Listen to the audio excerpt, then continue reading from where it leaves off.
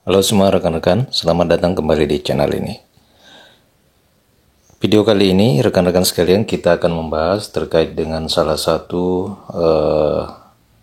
regulasi atau kebijakan yang ditunggu-tunggu oleh para tenaga honorer terkait dengan nasib tenaga honorer. Baru-baru ini Kementerian Pendayagunaan Aparatur Negara mengeluarkan surat edaran yang ditujukan kepada para pejabat pembina kepegawaian terkait dengan status kedudukan tenaga honorer K2 dan tenaga non-aparatur sipil negara.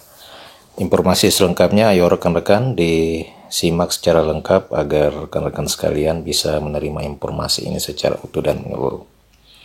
Rekan-rekan sekalian, Menteri Pendayagunaan Aparatur Negara mengeluarkan surat yang ditujukan kepada pejabat pembina kepegawaian baik yang berada di instansi pemerintah pusat maupun pemerintah daerah.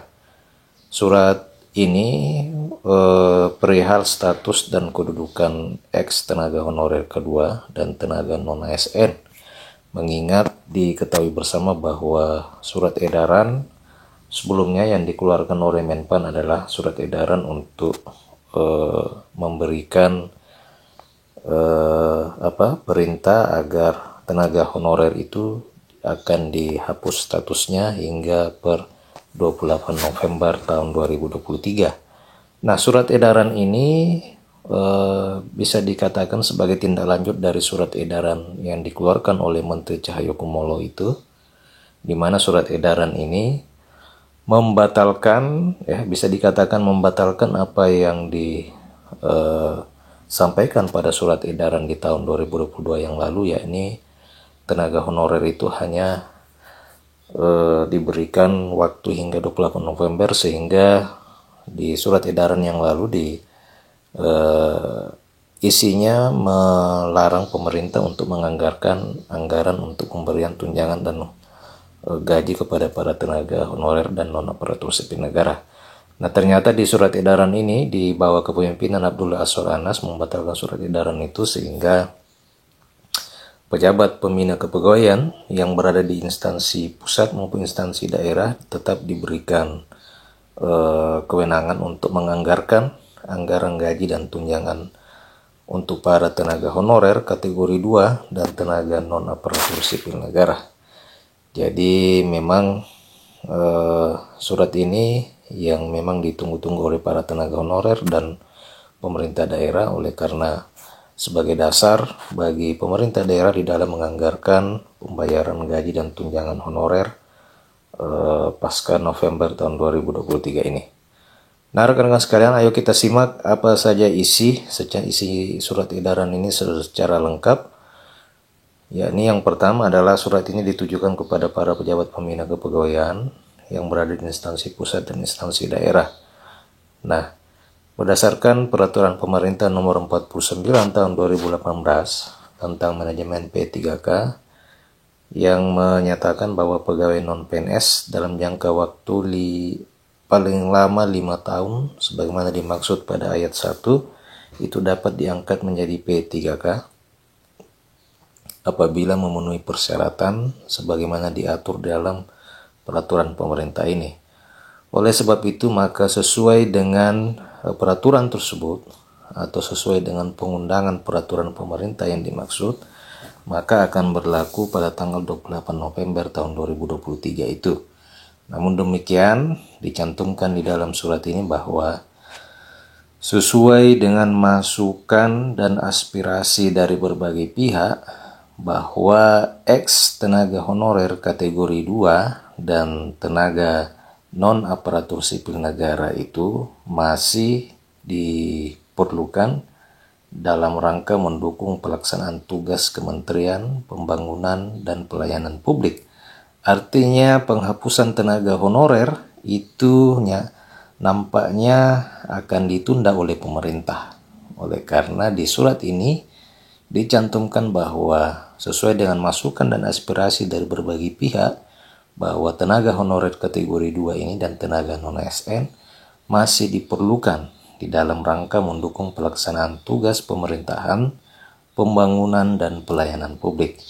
Maka sehubungan dengan hal tersebut di atas, maka bersama surat ini dengan hormat diharapkan kepada seluruh pejabat pembina kepegawaian, baik instansi pusat maupun instansi daerah, agar melakukan langkah-langkah sebagai berikut. Yang pertama, pejabat pembina kepegawaian dapat menghitung dan tetap mengalokasikan anggaran untuk pembiayaan tenaga non-ASN yang sudah terdaftar di dalam pendataan tenaga non-ASN dalam basis data BKN. Jadi di poin pertama ini, Menpan memerintahkan kepada pejabat pembina kepegawaian agar tetap mengalokasikan anggaran untuk pembiayaan tenaga non-ASN yang sudah terdaftar di dalam pendataan tenaga non-ASN di database BKN. Di dalam mengalokasikan pembiayaan tenaga non-ASN dimaksud pada prinsipnya tidak mengurangi pendapatan yang diterima oleh tenaga non-ASN selama ini. Jadi Pemda dilarang untuk menurunkan jumlah gaji yang diterima oleh para tenaga non-ASN selama ini. P3K dan pejabat lainnya dilarang mengangkat pegawai non-PNS atau pegawai non-P3K untuk mengisi jabatan ASN atau tenaga non-ASN lainnya. Adapun untuk pemenuhan aparatur sipil negara di lingkungan instansi pemerintahan, maka dapat dilakukan melalui usulan kebutuhan formasi sesuai kebutuhan peraturan perundang-undangan. Nah, demikian ini yang disampaikan kepada para pejabat pembina kepegawaian dan ditandatangani secara elektronik oleh Bapak Menteri Pendayagunaan Aparatur Negara Abdullah Azwar Anas. Nah, rekan-rekan sekalian, terus terang saya tidak bisa menanggapi secara mendetail terkait dengan surat edaran ini.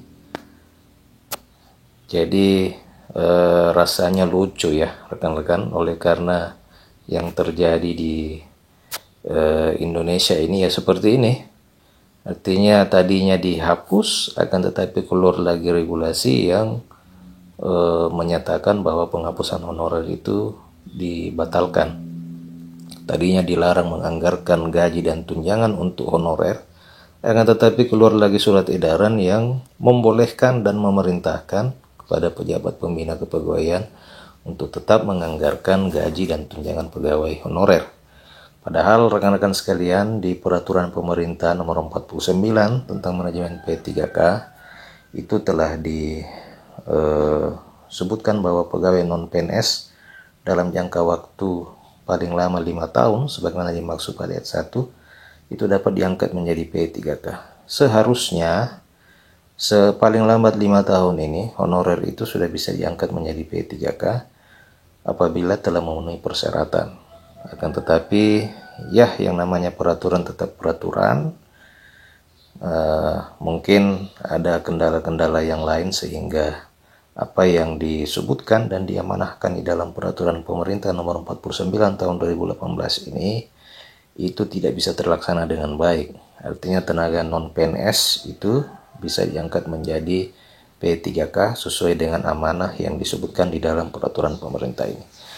Nah, rekan-rekan sekalian, demikian informasi pada video kali ini. Setidaknya ini bisa memberikan pencerahan kepada rekan-rekan sekaligus kepada rekan-rekan pemerintah daerah terkait dengan regulasi yang membolehkan kepada Pemda untuk menganggarkan gaji dan tunjangan untuk para tenaga non-ASN.